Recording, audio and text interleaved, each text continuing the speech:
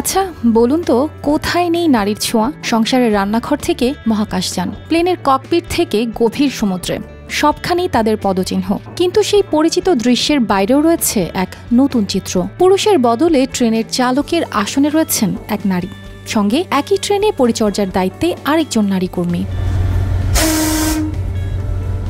ফরিদা আক্তার 4 সন্তানের মা হয়েও তিনি বেছে নিয়েছেন এই সাহসী পেশা ট্রেন চালানো। প্রথম দিকে ভয় ছিল, নতুন এক বিশাল যন্ত্রের দায়িত্ব নেওয়া কি এত সহজ? কিন্তু সময়ের সাথে সাথে সেই ভয় পরিণত হয়েছে ভালোবাসায়। খুব ছোটবেলা থেকে ইচ্ছা ছিল একটা চ্যালেঞ্জিং পেশায় নিজেকে নিয়োজিত করব।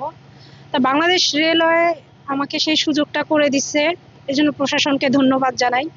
কারণ মহিলা ট্রেন চালক হিসেবে যদি মহিলাদেরকে নিয়োগ না দিত তাহলে তো আমি আসতে পারতাম না। আর আমি মনে করব একজন নারী এলএম হিসেবে, নারী ট্রেন চালক হিসেবে অন্যান্য পেশায় যারা আছে, যে যেখানে আছে, যে নারী যেখানেই থাক না কেন, তাদের কাজের দক্ষতার মাধ্যমে সেই পেশাকে উজ্জ্বল করে দিতে পারে। নারী বলে আমি থেমে থাকবো, নারী বলে আমি পিছিয়ে যাব তা না।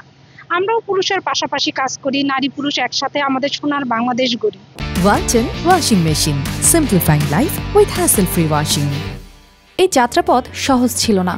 ট্রেনের যান্ত্রিক ত্রুটি হলে তিনি সেটি মেরামতের চেষ্টা করেন। কখনো কখনো চলন্ত ট্রেনেই এমন ঘটনা ঘটে যা তাকে মানসিকভাবে নাড়িয়ে দেয়। নারীরা ট্রেন চালাচ্ছে, আবার নারীরা অ্যাটেন্ডেন্টের কাজ করছে, এর মাধ্যমে নারীদের সাহসিকতার পরিচয় পাওয়া যাচ্ছে। তরুণ প্রজন্মরা এই বিষয়টি থেকে অনেক কিছু শিক্ষণীয় আছে। হ্যাঁ, অবশ্যই আমরা বর্তমান যুগের সাথে তাল মিলিয়ে নিজেদেরকে চ্যালেঞ্জিং পেশায় নিয়োজিত করতে চাই। ফরিদার সহযাত্রী রোজিনা আক্তার রেখা 2014 সালে রেলওয়েতে যোগ দিয়েছিলেন। বেকারত্বের গ্লানি থেকে মুক্তি এনে দিয়েছিল এই চাকরি। তবে চ্যালেঞ্জও ছিল অনেক।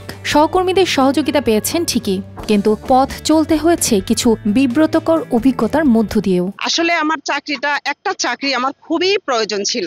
তো আমি যখন অ্যাপ্লাই করি চাকরিটা আমার হয়, কিন্তু চাকরিটা যে হবে আমি এটা কল্পনাও করতে পারিনি যে আমার চাকরিটা হবে। তবে যেদিন আমার চাকরিটা হয়, আমাকে যিনি চাকরিটা দিয়েছেন উনি বলতেছে, আসেন আপনি ঢাকাতে এসে আপনার অফার লেটারটা নিয়ে যান।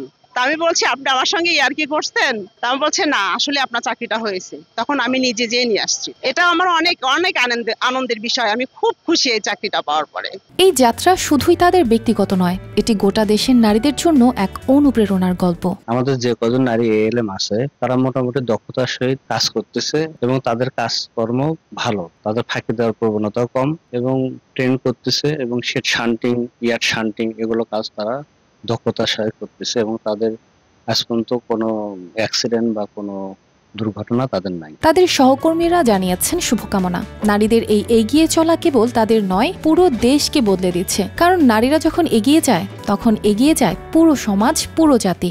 অত্যন্ত পরিবারে আগ্রহী আছে কাজ করার জন্য এবং শেখার জন্য। আমাদেরকে এলএম কে যেভাবে সাপোর্ট দেওয়া দরকার, একটা ইঞ্জিন চেক করা দরকার, যথেষ্ট পরিমাণে সে ওগুলা দিকে দক্ষ আছে। এখন এলএম আছে, আগামীতে পদোন্নতি পেয়ে আমাদের মতো এলএম হবে। একটা সময় ছিল যখন রেল স্টেশনের প্ল্যাটফর্মে পুরুষদের রাজত্ব ছিল, নারীরা শুধু যাত্রী হয়ে আসতেন। কিন্তু সময় বদলেছে। আজ ট্রেনের চালকের আসনে এক নারী, ট্রেনের সেবার দায়িত্বেও একজন নারী। সমাজ হয়তো বাধা দিয়েছিল, কিন্তু তারা থামেননি, পেছনে ফেরেননি, তারা শুধু এগিয়ে গেছেন সামনে। News desk, RTV।